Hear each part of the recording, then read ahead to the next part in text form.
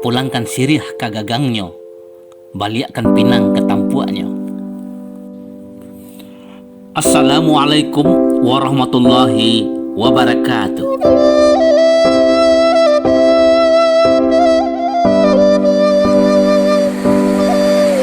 Saudara, karena banyaknya yang mempertanyakan tentang kerapatan adat negari yang populer dengan sebutan KAN, yang mungkin dampak dari banyaknya kasus sengketa, konflik yang berujung konflik baru, karuah nan indak tajanihan, kusuk nan indak terselesaikan, kita perlu mendudukkan pemahaman tentang lembaga ini.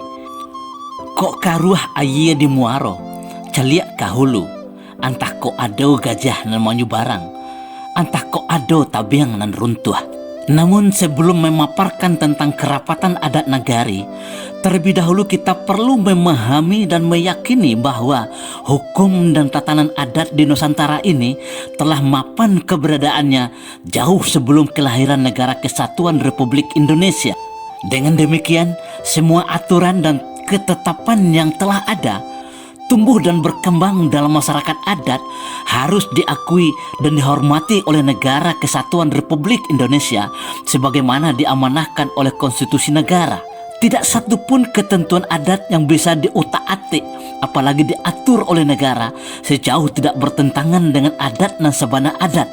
Bahkan negara harus mengakomodasi ketentuan dan hukum adat yang sudah mapan tersebut, bukan membuat aturan baru untuk melemahkan apalagi menganulir hukum adat.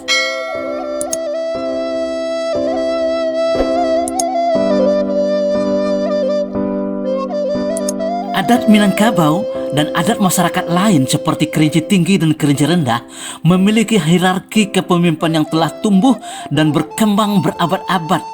Mapan, itulah lembaga adat. Kemenakan berajo ke Mama, Mama berajo ke Penghulu. Tidak ada lagi di atas itu kecuali kato mufakat atau kato bue yang dihasilkan melalui proses musyawarah yang berlandaskan ke nanbana, ketentuan yang maha benar. Karena nanbana itu berdiri sendiri tanpa dipengaruhi oleh dan tidak tergantung kepada apapun dan siapapun, kapanpun dan dimanapun. Itulah adat yang sebenarnya adat. Dengan demikian, hierarki kepemimpinan tertinggi dalam adat Minangkabau adalah penghulu. Penghulu adalah pucuk pimpinan adat. Tidak ada lagi di atas itu. Bukan bupati, bukan wali kota, bukan gubernur, bukan pula presiden sekalipun. Lalu bagaimana dengan kerapatan adat negari yang disingkat dengan KAN? Pada dasarnya, KAN adalah lembaga permusyawaratan para penghulu untuk melahirkan kato mufakat, kato bue, bukan pucuk pimpinan adat negari. Keputusan tertinggi dalam adat Minangkabau berada dalam genggaman penghulu yang menyandang sako yang telah ditunjukkan, ditentukan dan dimaknahkan oleh Mande Soko, Karambia tumbuh di Mato, bukan melalui musyawarah anak kemenakan, apalagi musyawarah nenek mama.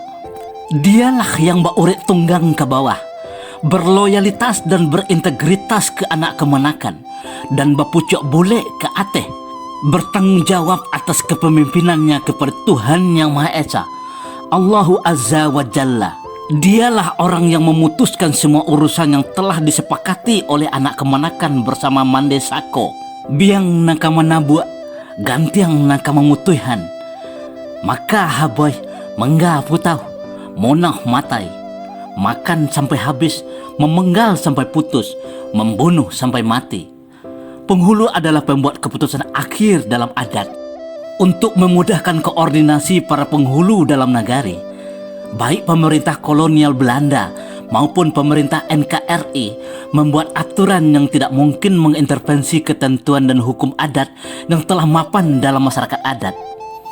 Pada masa pemerintahan kolonial Belanda, kerapatan ini digunakan untuk memperlancar kepentingan pemerintah kolonial seperti pemungkutan pajak dan sejenisnya. Pada masa pemerintahan NKRI, kerapatan ini memainkan fungsi koordinasi dan fasilitasi masyarakat adat, penghubung masyarakat adat dengan pemerintah yang diberi kuasa mengelola rakyat dan ulayat masyarakat adat. Namun dalam perjalanannya, kerapatan ini mengalami pergeseran fungsi, peran, dan kewenangan dari hakikat keberadaannya. Bermula dari terbitnya Peraturan Pemerintah Daerah Provinsi Sumatera Barat Nomor 13 Tahun 1983 tentang Nagari sebagai Kesatuan Masyarakat Hukum Adat dalam Provinsi Daerah Tingkat 1 Sumatera Barat sebagai reaksi terhadap Undang-Undang Nomor 5 Tahun 1979 tentang Pemerintahan Desa, kan mulai bergeser dari garis hakikat keberadaannya. Perda ini menyatakan bahwa KAN adalah satu-satunya organisasi penghulu di tingkat nagari. Tidak masalah sejauh KAN berperan sebatas organisasi penghulu. Namun ketika KAN mengambil alih peran dan kewenangan lembaga adat yang telah tumbuh dan berkembang beratus tahun dalam nagari, maka inilah pemicu masalah yang tak terselesaikan. Perda ini kemudian diubah dengan Peraturan Daerah Provinsi Sumatera Barat Nomor 9 Tahun 2000 tentang ketentuan pokok pemerintah nagari. Dalam perda ini Kerapatan Adat Nagari berubah nama menjadi Lembaga Adat Nagari atau LAN. Pasal 1 menjelaskan bahwa Lembaga Adat Nagari atau yang disebut dengan LAN atau nama lain adalah lembaga kerapatan dari nenek mama yang telah ada dan diwariskan secara turun-temurun sepanjang adat dan berfungsi memelihara kelestarian dan menyelesaikan sengketa sako dan pusako di dalam nagari. Perda ini mulai memberikan peluang kepada KAN untuk mengintervensi soal sako dan pusako yang pada hakikatnya adalah milik kaum, hak kaum, bukan tingkat nagari. Nagari bapaga undang, kampung bapaga buek, sako pusako salingka kaum, tagak sako di ate pusako, tagak pengulu sakato kaum, tagak rajo sakato alam. Artinya, urusan sako pusako berada dalam ranah kaum, suku, bukan kerapatan adat nagari. Nagari hanya berada pada ranah pemberian tuah sako, sehingga seorang pengulu disebut sebagai nan gadang basa batuah.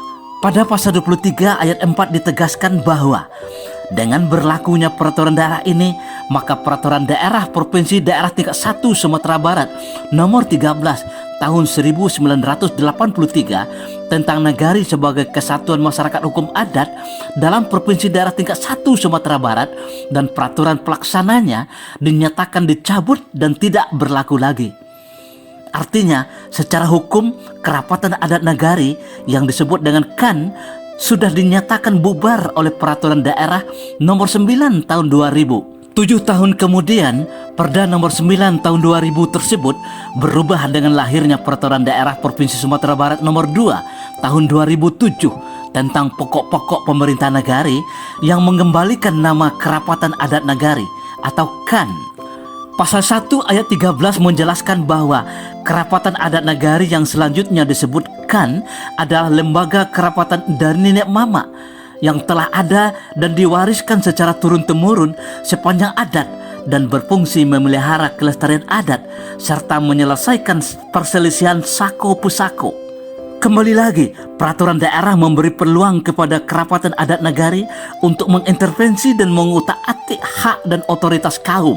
Pada pasal 28 dinyatakan bahwa KAN berkedudukan sebagai lembaga perwakilan permusyawaratan masyarakat adat tertinggi yang telah ada dan diwariskan secara turun-temurun sepanjang adat. Pasal ini terkesan rancu yang memicu penafsiran bahwa KAN adalah lembaga yang diwariskan secara turun-temurun. Padahal lembaga yang diwariskan secara turun-temurun itu adalah lembaga adat yang membesut dari bumi, yang tumbuh dan berkembang dalam masyarakat adat beratus tahun sebelum berdirinya Negara Kesatuan Republik Indonesia.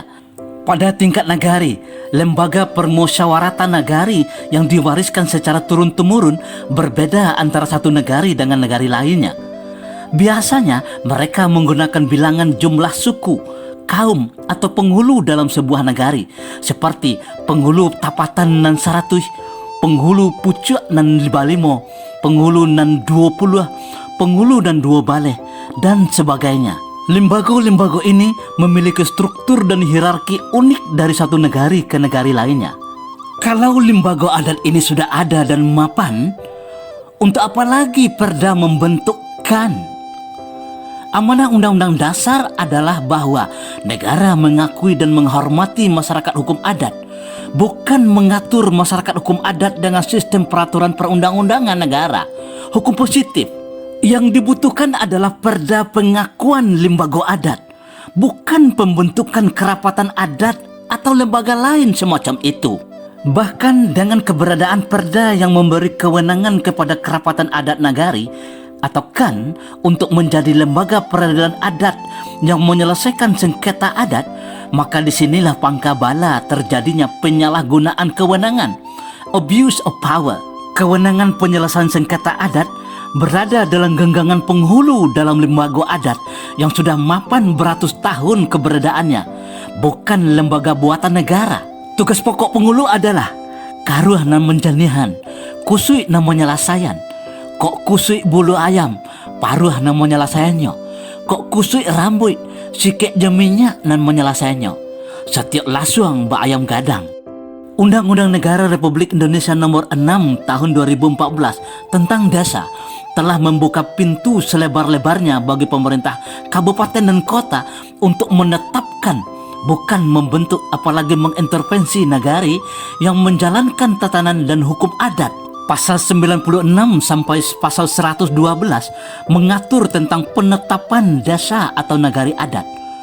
Walaupun Perda Provinsi Sumatera Barat nomor 7 tahun 2018 sebagai turunan dari Undang-Undang nomor 6 tahun 2014 tentang desa telah memberi kewenangan kepada pemerintah daerah kabupaten dan kota untuk menetapkan desa atau nagari adat, semua tatanan hukum adat yang telah tumbuh dan berkembang beratus tahun sebelum Indonesia merdeka tidak mungkin diintervensi, apalagi dikebiri oleh hukum positif negara. Dengan demikian, kewenangan pemerintah daerah hanya sebatas menetapkan sebuah nagari atau desa menjadi nagari atau desa yang menjalankan tatanan adat yang sudah mapan keberadaannya. Segala urusan yang terkait dengan tata kehidupan dalam nagari yang disebut sebagai adat sudah selesai beratus tahun yang lalu.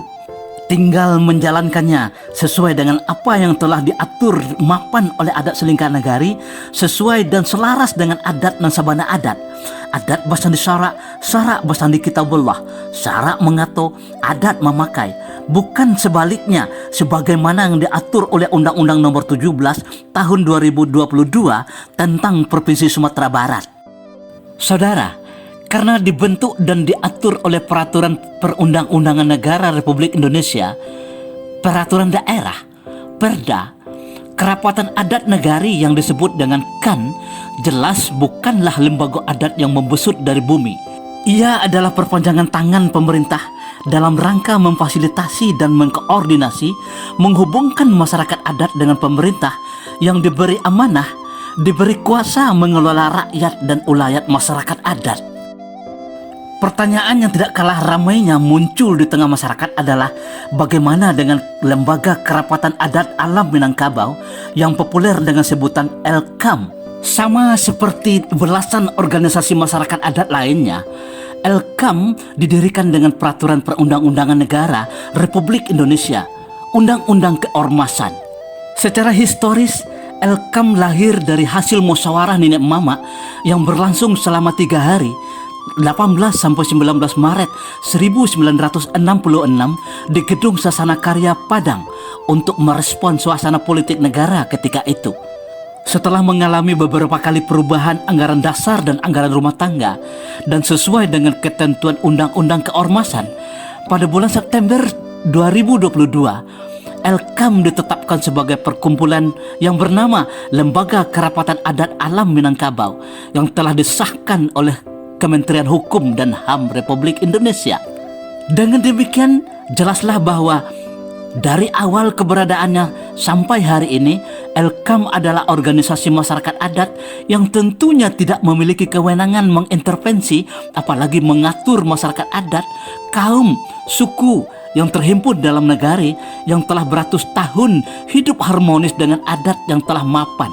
Kehadiran dan keberadaan semua organisasi masyarakat adat sesungguhnya bertujuan melakukan penguatan terhadap lembaga adat yang membesut dari bumi, tumbuh dan berkembang beratus tahun yang lalu, memfasilitasi, mengayomi, mengedukasi, dan mengadvokasi masyarakat adat yang berbasis kaum, suku dalam negari. Tidak lebih dari itu. Pulangkanlah sirih ke gagangnya, kembalikan pinang ke tampuknya.